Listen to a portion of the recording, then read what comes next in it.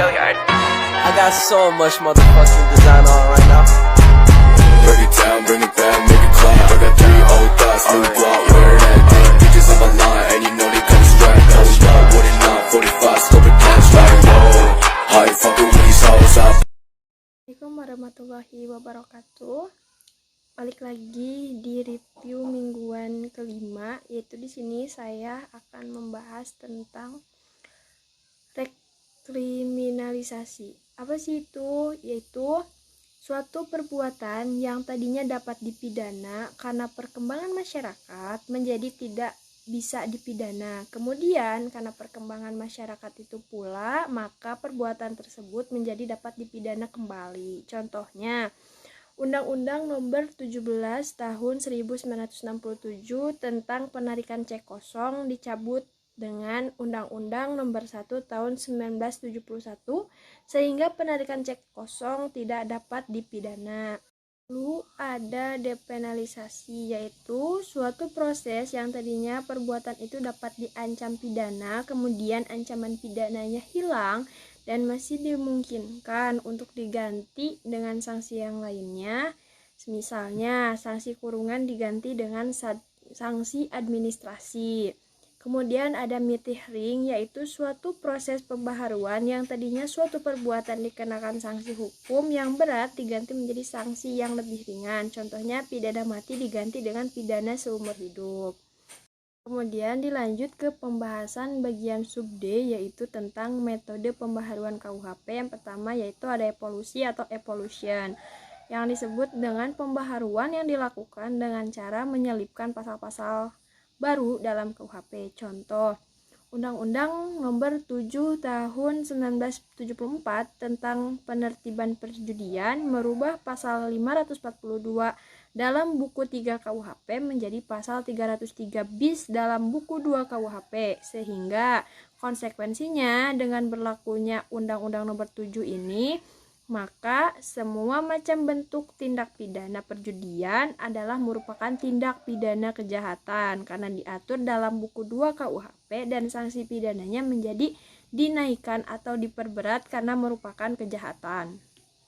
Yang kedua yaitu ada kompromis, di mana pembaharuan yang dilakukan dengan cara menambah atau menyelipkan bab baru dalam KUHP. Jadi apabila ada aturan baru cukup dengan cara menambah atau menyelipkannya saja.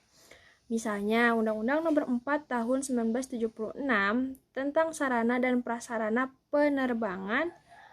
Melalui undang-undang ini menambah bab baru dalam KUHP, yaitu bab 29A dalam buku 2 pasal 479A sampai dengan pasal 479R. Pasal yang penting untuk diingat adalah pasal 479A KUHP, yaitu dalam penerbangan menganut arti yang sempit dibandingkan dengan pasal 385A KUHP. Yang perlu diingat dari KUHP yaitu penerbangan menganut arti yang sempit dibandingkan dengan pasal 385A KUHP yang menganut pembajakan pesawat udara yang mengandung arti yang luas.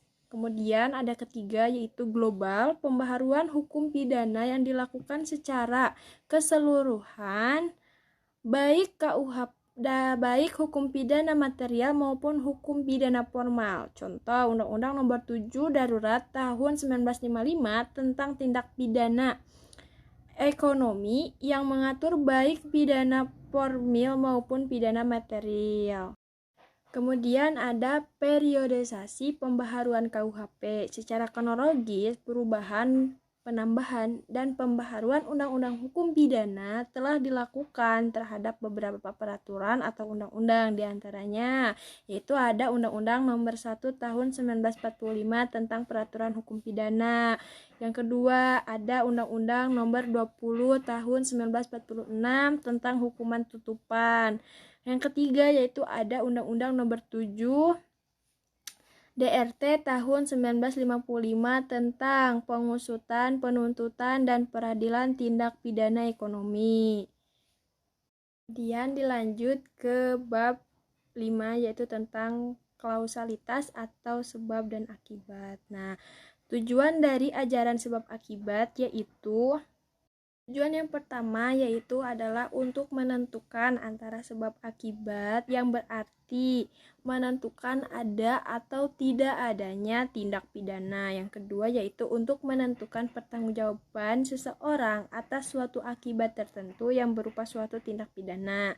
Nah, ajaran kausalitas merupakan unsur objektif dari tindak pidana karena terdapat di luar diri pelaku, yaitu yang berupa perbuatan.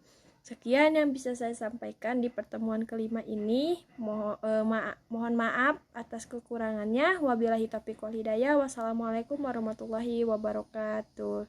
Terima kasih.